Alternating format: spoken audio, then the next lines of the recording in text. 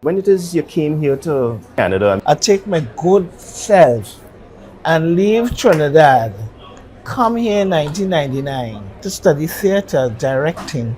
And I'll have you know that my go-to for place to eat Caribbean food when I just come to this country in 99 was to come all the way down from York to right here at Albert. there was a line up to get in here. And that was my Caribbean fix. I ain't getting no Pelau, I ain't getting no Callaloo, nothing Trinidadian. Nowadays you do. You work in film and theater. So I'm an actor, I'm a director, I'm a playwright. You know, one critic once said that my work is exotic. Right? It's a word that I hate. Well, everything is now exotic. Soursop is exotic. Everything that is not of mainstream, anything that is different is exotic. A friend of mine, celebrating her husband's birthday, decides she's going to surprise him. And they head down to downtown Toronto. They pull up in front of Zanzibar. The bouncer says to the husband, hey, Tony, what's up? So the wife turns to him and says, you know he? He said, we just play ball together, man. So as he go to the bar, the barman, hey, Tony, what's up? He looked at the wife, he said, hey, don't bother say a word. He and I, we just go to the same gym together. She said, all right. And as they're walking off, heading now to sit down, a stripper approaches. Hi, Tony. Are you craving your same as usual? The wife just hold on to his hand by so and drag his ass straight out of Zanzibar. She flagged down the first taxi she meet. And as they get in the taxi and they sit down, the driver was a Trini. He turned around and said, hey, Tony, you pick up an ugly one tonight, boy. I read an article about you a couple of weeks ago that it says, Rhoma, apart from doing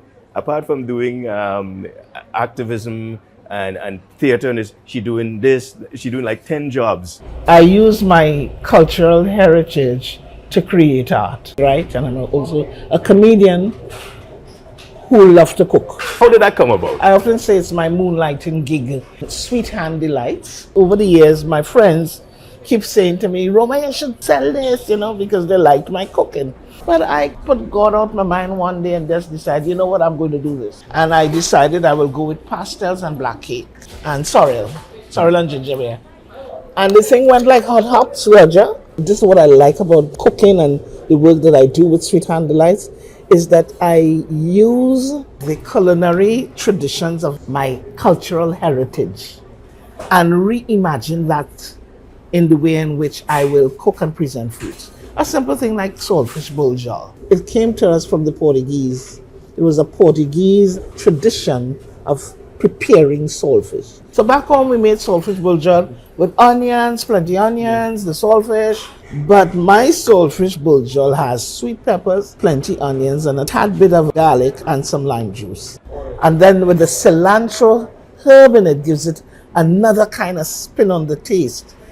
So that to me is my creative side. You have to give credit where credit is due as well, because we had people that came from other countries. You're talking about the Portuguese. We literally eat from each other's pot. We eat out of the Syrian Lebanese history. We eat out of the Chinese. We eat of the Indian. We eat Portuguese, and of course the African and the Indian. Yeah. All of that food exists in the food that we eat today. Pelau is a national dish. Yeah.